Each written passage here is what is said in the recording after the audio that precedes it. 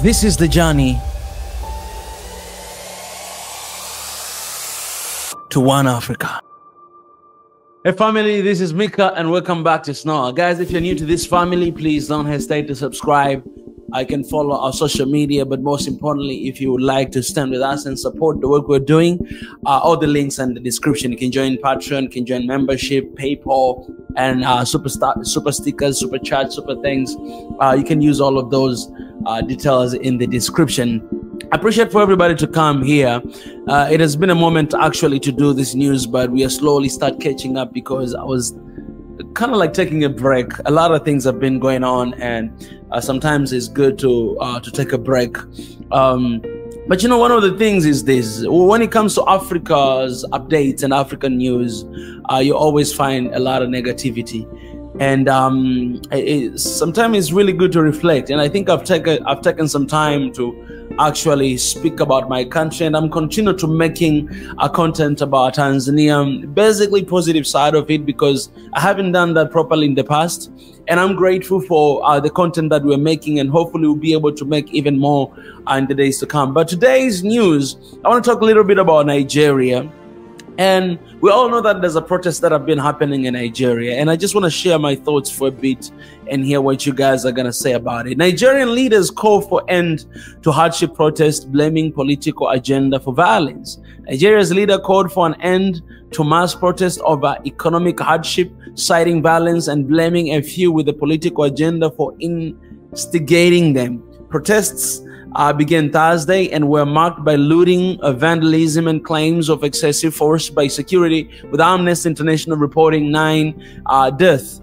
The leader stated his government will not stand idly and urged protesters to suspend demonstration to foster dialogue. Postpone protests and to foster dialogue. All right, so the context of what is happening in Nigeria is exactly the same to what has been happening in Kenya. Kenya, of course, started it, and Nigerian youth actually, actually tap into that. How can I say that momentum and start to demonstrate as well? And this is not just happening in Nigeria or Kenya, but in most part of Africa. And I think all of this, it's happening because of the fatigue and tiredness of African youth.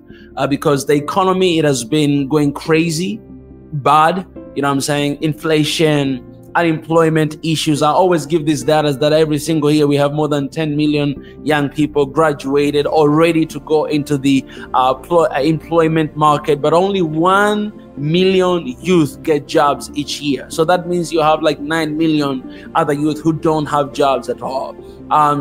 And this has everything to do with our education as well, that the education that we're teaching our kids does not train them to become the best versions of themselves. I heard the story, I had these stories about NASA that, you know, there were these 2 professors, very high IQ professors, that were given a task to actually find a young genius who will work for NASA, right? So they went to find little kids or children of 5 years of age, like a lot of them, like I think it was like 1,600 if I'm not mistaken.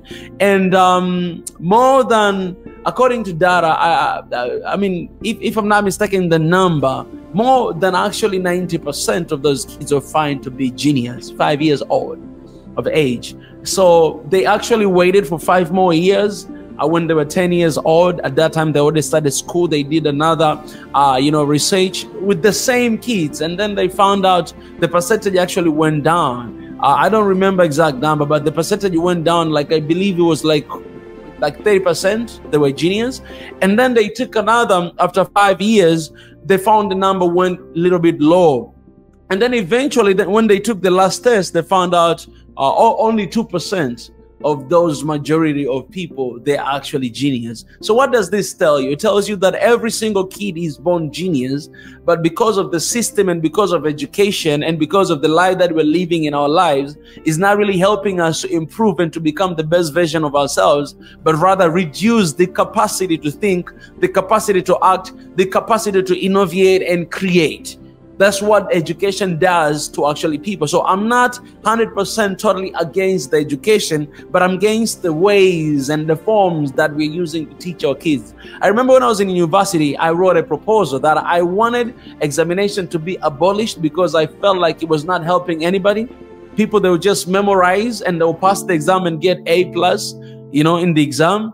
And then at the end of the day, these people, when they go out to the normal life, they have nothing in their brain. Right. So my proposal, it was like, why don't we substitute exams with research and presentations? Because in order for you to do research, you must do critical analysis. You must find data and all those stuff. And when you're doing all this work, it helps you to learn. And if you're going to do presentation, that means you need to learn, you need to understand, you need to be able to explain to other people and understand what you're talking about. So this process, it helps you to improve and to become the best version of yourself. But exams, you could just memorize and do it, and that's it, right? So that was my proposal. It was like almost like 10 years ago. No, almost 7 years ago.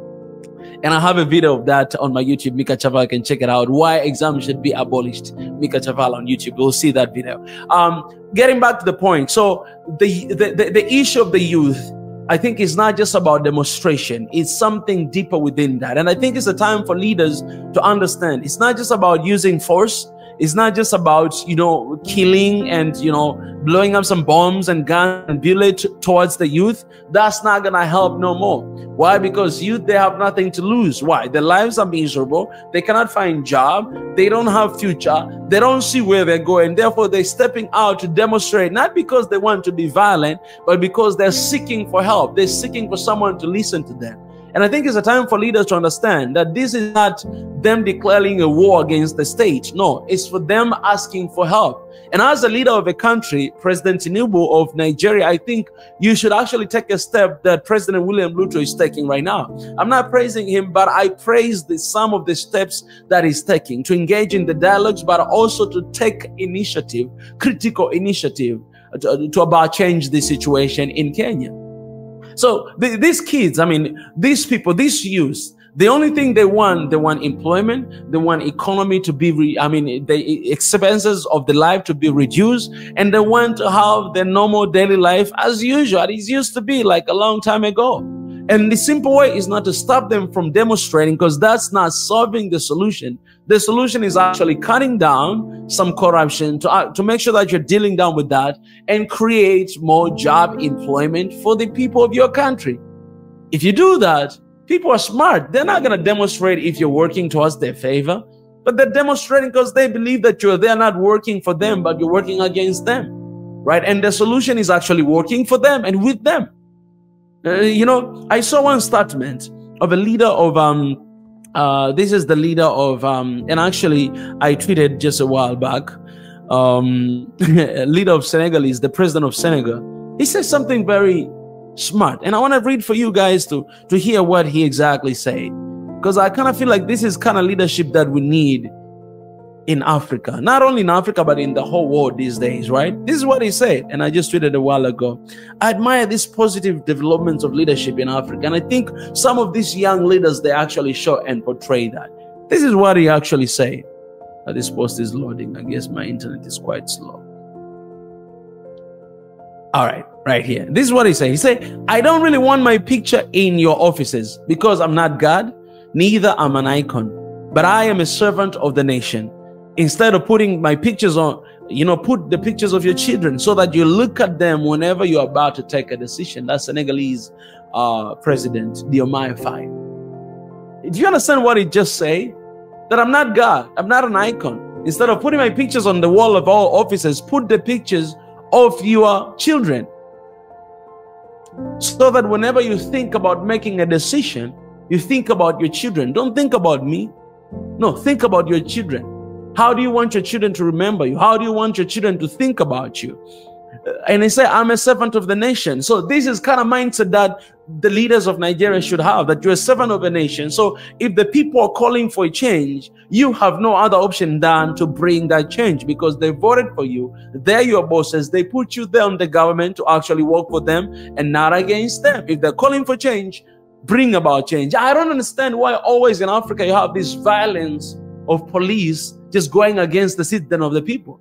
While you police, you must know that those guys, they're actually fighting for you. You're dumb enough not to know that and to fight them back and to hit them and to do all this stuff. No, that's not how you bring change to a country. You're not there to protect the president. You're there to protect the interests of the country. President is a human being just like me and you. If they're not working against the goodness of the country, you must ask yourself twice. You cannot just go around and kill some people because they're demonstrating against the leadership. No, you deal with the issue, deal with the problem, because if you're not dealing with it, they're not gonna stop. You're gonna kill them today. Tomorrow they're gonna go out on the street to demonstrate again. Are you gonna keep on killing them? Are you gonna keep on burning them? Are you gonna keep on imprisoning them? No. Solve the solution. Get rid of corruption. Make sure that you create more opportunity for young people, because that's what they need. And you old people, you should be wise enough to understand that, because you have children, and most of your children are not even living in the country because you're finding opportunity for them in somewhere else. But what about the children of the common mwananchi, ordinary folk who are living in the country? What are you doing for them? What are you working for them? What are you gonna bring on the table for them? So I don't know, you guys let me know what you think, but the Nigeria situation is quite intense and it's sad, and this is what is happening in Africa. But I think it's the time to bring about change, and it is possible. It is possible if you listen to your people who voted for you. They have every single right to do what they do because they expected something good out of you, from you, but you're not bringing it, and therefore they're raising their voices that, okay, we want change. We want to see things changing in our countries. The best thing you could do is to bring that change, and everything will come back to normal. Guys, let me know in the comment section, what are your thoughts? And don't hesitate to sign up for the membership, guys. Don't forget to share these videos and to like, and let me know your thoughts in the comment section. Swahili Nation, one Africa right now. I appreciate, guys. See you very soon.